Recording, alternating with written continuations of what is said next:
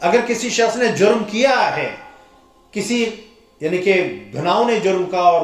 گناہ کبیرہ کا ارتکاب کیا ہے، تو تم اللہ کے حکم کو روکنے والے کون ہوتے ہو؟ اللہ نے حکم دیا ہے اس کو ہر ایک کے اوپر، چاہے وہ بڑا ہو یا چھوٹا ہو، طاقتور ہو یا کمزور ہو، ٹھیک ہے نا، بے اثر ہو یا با اثر ہو، اس حکم کو پوری طریقے سے پوری روح کے ساتھ اس کو نافذ کرو۔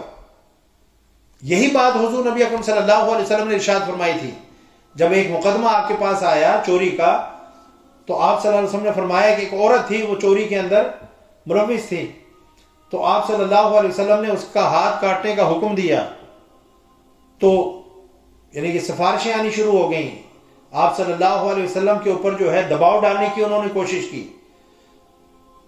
تو حضور نبی اکرم صلی اللہ علیہ وسلم نے فرمایا کہ تم سے پہلے جو قومیں تھیں وہ اسی لیے تباہ و برباد ہوئیں کہ جب ان کے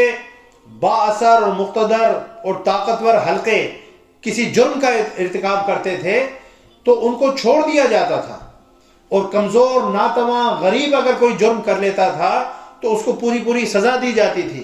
آپ نے فرمایا کہ اگر میری بیٹی فاطمہ بھی اس جرم کا ارتکاب کرتی تو میں اس کا بھی ہاتھ کاٹ دیتا۔